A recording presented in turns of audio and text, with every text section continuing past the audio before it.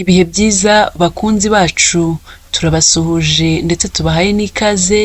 Iyi akaba ari KN Radio, ishakiro ry'amakuru agezweho mu Rwanda ndetse no hanze yarwo.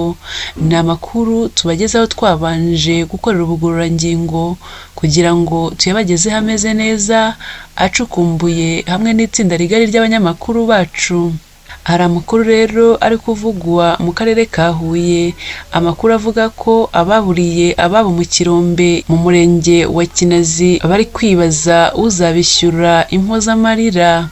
Biteye impungenge, ni ibintu byabaye urujijo kuri abo baturage. Niba ushaka kumenya inkuru irambuye, nyaboneka kora subscribe, ubwo ndavuga kuri wowe utarayikora, ni ukureba hano munsi ugakora subscribe cyangwa se sabone, maze ugakanda no kukazogera, ubwo ukaba wemeje iteka ko uzahorana natwe, uzajya ubona amakuru yacu agisohoka. Niba warayikoze turagushimiye cyane. Ikindi kora like ndetse na share kugira ngo usangize inshuti n'abavandimwe. Ikindi rero duhe komenti cyangwa se igitekerezo, ariko mbere y'uko dukomeza reka turuhukemo gatoya, turagaruka tubabwira inkuru yose. Nkwibutsa ko iyi ari KN Radio.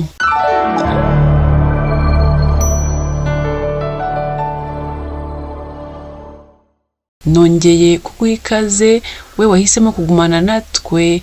Iyi ni KN Radio, ishakiro ry'amakuru yizewe mu Rwanda ndetse no hanze yarwo. Mu karere ka Huye mu murenge wa Kinazi, ababuriye ababo mu Kirombe baribaza uzabishyura impozamarira. Nyuma y'uko tariki ya 12 Nyakanga uyu mwaka wa 2024 urukiko rukuru rw'i Nyanza ruburanisha ku rwego rw'ubujurire imanza z'inshinjabyaha rwarekuye na babiri bari bagikurikiranyweho ibyaha bifitanye isano n'ubucukuzi bw'amabuye y'agaciro bwaviriyemo 6 gupfa i Kinazi mu karere ka Huye.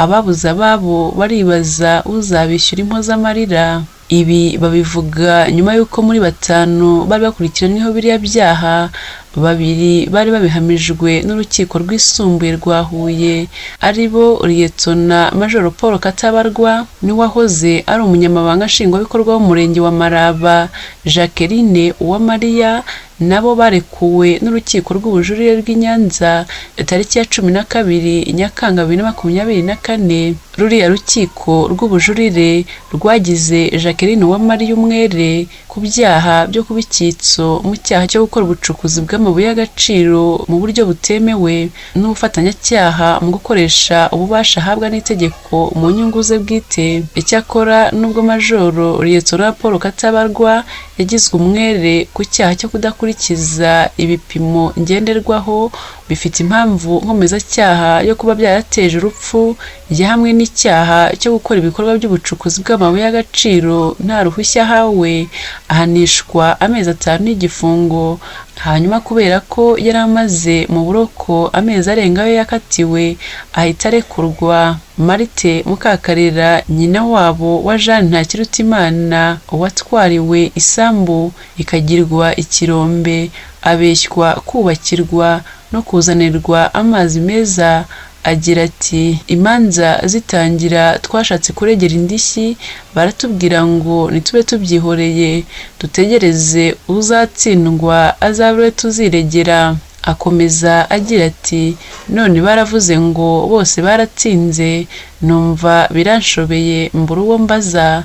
No mu bapfushije abantu hari uwari uhari urubanza rusomwa, yumvise ko babahaye uburenganzira bwo gutaha, ahita akubita amavi hasi acika umugongo. Icyakora abazi by'amategeko bavuga ko bariya bashaka kuregera indishyi z'akababaro bumvise ko abantu bose barekuwe, bagatekereza ko bahanaguweho ibyaha bose, bibagirwa ko waregwaga kuba nyir'ikirombe w'icyaha cyo gucukura mu buryo butemewe cyamuhamye, bityo bakaba bashobora kuba ari we baregera kuzabishyura.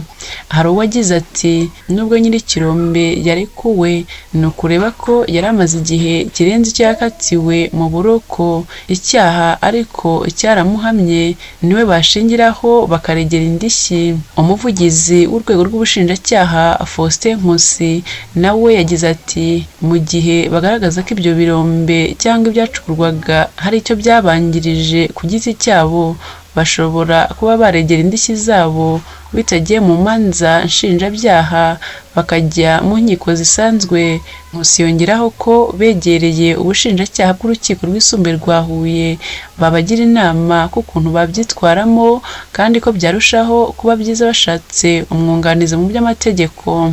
Kuva Liyetona Majoro Paul Katabarwa yatangira kuburana yahakanye ibyaha yaregwaga nk'icyo gukora ibikorwa by'ubucukuzi bw'amabuye y'agaciro nta ruhushya, yagiye agihakana avuga ko byabazwa uwitwa Nawomi wagiye no ku murenge abeshya ko ashaka uruhushya rwo kwegereza amazi meza no kubakira Jeanne Ntakirutimana kandi ko nubwo bari baziranye bitavuga ko bakoranaga. Icyo kudakurikiza ibipimo ngenderwaho bifite impamvu nkomezacyaha yo kuba byarateje urupfu nacyo yagiye agihakana, avuga ko adakwiye kuregwa kudakurikiza ibipimo kandi no gucukura ubwabyo atarabikoze.